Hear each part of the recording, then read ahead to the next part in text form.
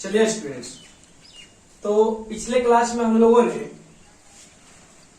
जो अम्ल भस्म और लवण है, इसका पिछला क्लास में हम लोगों ने पढ़ा था आयनन के बारे में, विद्युत अपघट्य के बारे में।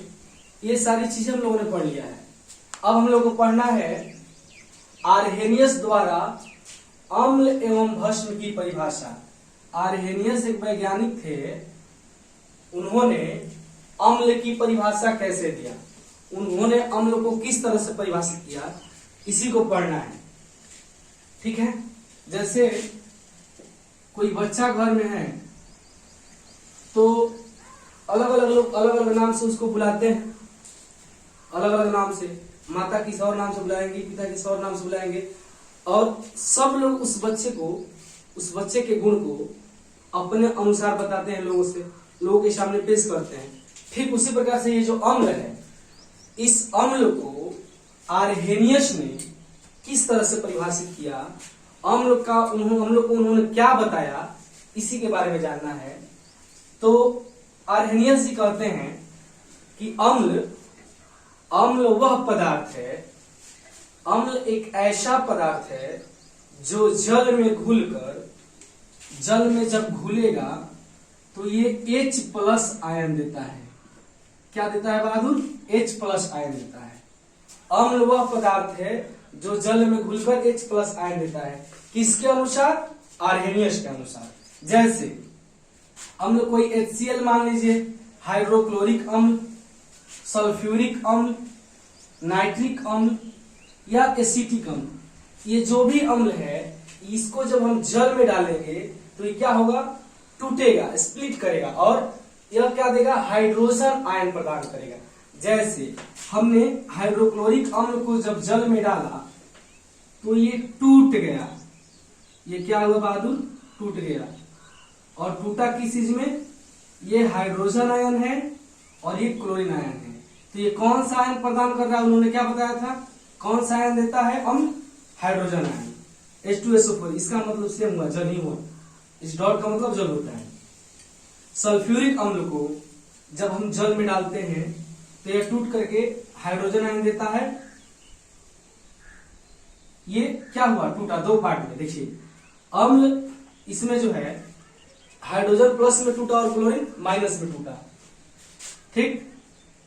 उसके बाद से सल्फ्यूरिक अम्ल, उसके बाद से नाइट्रिक अम्ल। नाइट्रिक अम्ल में भी क्या होता है? H+। और कुल मिला जुला के कहने का मतलब क्या है कि अम्ल जब भी टूटेगा जल में आर्हेनियस के अनुसार तो कौन सा आयन देगा? Hydrogen ion. लेकिन एक बात यह है बहादुर कि प्रश्न यह उठता है कि क्या यह हाइड्रोजन आयन जल में पूर्ण रूप से स्वतंत्र रह सकता है या रहता है? तो इसका आंसर होगा नहीं। यह क्या करता है? ये हाइड्रोजन आयन जो H+ है, ये करता क्या है? जल के अणु के साथ जुड़ जाता है, जल के अणु के साथ जुड़ता है और हाइड्रोनियम आयन का निर्माण करता है। किस चीज का निर्माण करता है? H3O+, hydronium ion. इसको क्या बोलते हैं? Hydronium ion. समझ में आ रही होगी। एक बार फिर से, आर्हेनियस द्वारा अम्ल की परिभाषा क्या दी गई कि अम्ल वह पदार्थ है जो जल में घुलकर हाइड्रोजन आयन देता है, जैसे में हाइड्रोक्लोरिक अम्ल, सल्फ्यूरिक अम्ल, नाइट्रिक अम्ल etc। इसको जब हम जल में डालते हैं तो ये H+ आयन में टूट जाता है। ठीक है। उसके बाद आते हैं हम लोग भस्म के बारे में कि आर्हेनियस ने भस्म को क्या कहा। तो आर्हेनियस द्वारा, देखिए ये सुविधा सिर्फ मेरे लिए है, यहाँ पे हम अम्ल की जगह पे भस्म कर देंगे, किसी कोई दिक्कत नहीं होनी चाहिए। अगर समझ में आ जाए तो मेरी बहादुरी, नहीं आए तो आपका दोष। उन्होंने क्या कहा कि भस्म वह पदार्थ है, उन्होंने कहा कि भस्म वह पदार्थ है जो जल में घुलकर OH- आयन देता है। क्या देता है बहादुर? OH- आयन देता है। जैसे NaOH हो गया, KOH हो गया, COH का होल 2 हो गया, इस तरह से ETC बहुत सारी चीजें हैं। तो उन्होंने क्या बताया कि जब इसको जब हम जल में डालेंगे, जैसे NaOH को हमने जल में डाला तो यह क्या हुआ, ये H2O जल, हमने इसको जल में डाला तो ये Na प्लस OH माइनस में टूट जाता है। तो यही उन्होंने क्या बताया था कि भस्म वह पदार्थ है जो जल में घुलकर OH आयन बोले तो hydra oxide ion, OH ion बोले तो हाइड्रा ऑक्साइड आयन देता है। क्या देता है, हाइड्रा ऑक्साइड। यानी भस्म क्या करेगा, आरएनएस के अनुसार जब भी उसको जल में डालेंगे तो ये टूटेगा। और भाई तुलसी यादव जी का छुटा चल ले भैया, ये यहाँ पे टूट गया। और क्या होता है जी, बाबू साहब बोला ना, देखो इधर, ठीक। तो ये टूटा Na प्लस और OH माइनस में, तो ये क्या है, भस्म है। KOH को ले लीजिए, बहादुर, जब इसको भी हम जल में डालेंगे तो ये क्या होगा, OH आयन देगा, यानी K प्लस OH माइनस। अब एक बात ये आता है कि आप लोगों ने एक नाम सुना होगा एल्कली, इसको भस्म से ही रिलेट करिए। मान लीजिए वो भस्म एक तरह के, लेकिन कैसा, वाटर सोल्यूबल। कैसा भस्म होगा, जल में विलय। तो कुछ ऐसे भस्म, माने उन भस्म को, भस्म तो बहुत सारे हैं, लेकिन अब क्या होता है, क्षार। हम लोग पढ़ेंगे क्षार के बारे में कि क्षार क्या होता है। देखिएगा बहादुर, इधर ध्यान दीजिएगा, क्षार। तो बताया गया कि जल में विलय भस्म को क्या कहते हैं, विलय भस्म को क्षार कहते हैं। जल में विलय भस्म को क्षार कहते हैं। जैसे NaOH, अभी पता है पीछे ये जल में टूटता है, जल में घुल जाएगा, मिलेगा ही मिलेगा, जल में विलय होगा।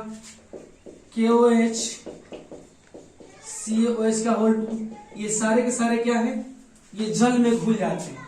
तो वैसे भस्म, उन भस्मों को क्षार कहते हैं, सार नहीं जी। तुम सब जीजा और साली वाला बात को दिया गया है। देखो इधर, क्षार, जल में विलय भस्म को क्या बोलते हैं, क्षार बोलते हैं, ठीक है। तो कुछ ऐसे भस्म होते हैं जो जल में क्या होते हैं, घुल जाते हैं, उनको क्या बोलेंगे, क्षार बोलेंगे। बात समझ में आ रही है, जल में विलय भस्म को क्षार कहते हैं। आप वीडियो को पॉज करके लिख लीजिएगा, सुन लीजिएगा, फिर से बार बार इसको पढ़िए, उम्मीद है आपको समझ में आएगा। और एक टॉपिक उदासीनीकरण,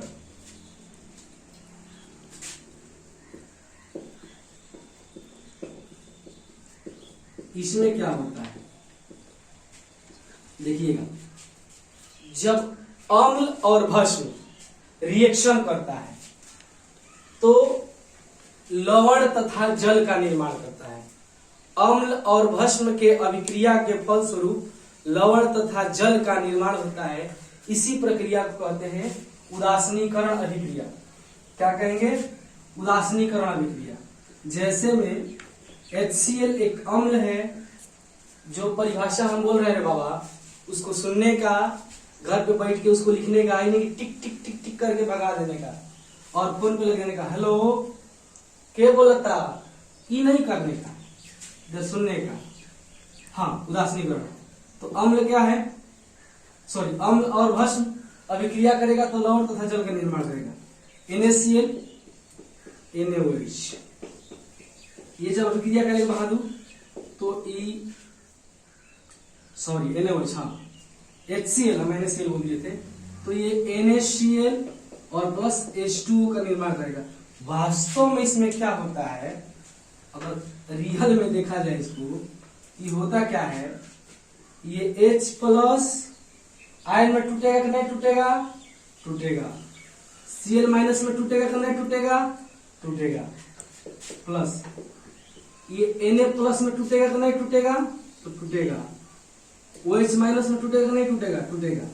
अब देखिए, आपको बताए थे हम आप लोगों को आयन के बारे में कि आयन दो तरह से होते हैं, एक होता है धनात्मक और ऋणात्मक। तो समान आयन जब होगा, अगर इस प्लस प्लस को आप लेंगे तो जुड़ेगा नहीं जुड़ेगा, इसमें क्या होता है, रिपल्सन होता है। ये जब प्लस प्लस आयन जुड़ेगा तो क्या होगा, डीपीडीपी ठाई है। बताए थे एक बार फिर से कि प्लस प्लस लइका लइका फैटा फैटी दूर भागेगा, माइनस अगर माइनस से जोड़ेगा तो जुड़ेगा, नहीं जुड़ेगा क्यों, क्योंकि ये भी समान है, इसमें विकर्षण होगा। लड़की लड़की झोटा झोटी ये भी दूर भागेगी, लेकिन प्लस और माइनस को ले लेंगे तब क्या होगा बहादुर, ओ माय गॉड, लड़का और लड़की प्रेम मोहब्बत वाली बात हो जाएगी। इस एने ने क्या किया, अपने दिल को इलेक्ट्रॉन के रूप में निकाल करके और इस क्लोरीन को दे दिया और इस ससुरा बना दिया NaCl प्लस। हो जाके इससे चिपक गया, सट्टा सट्टा है अब तो ये बना दिया H2। तो अम्ल भस्म क्या करता है, अम्लों को, तुम सब काहे हल्ला कर रहा है, कल इसी तरह से पढ़ा, देखो बच्चा से पूछे तो पढ़ा के पूछे तो नहीं बताया, बताइए, हम बोले पागल बनी का तरकी ना होता है जी, पागल कौन बनाता है।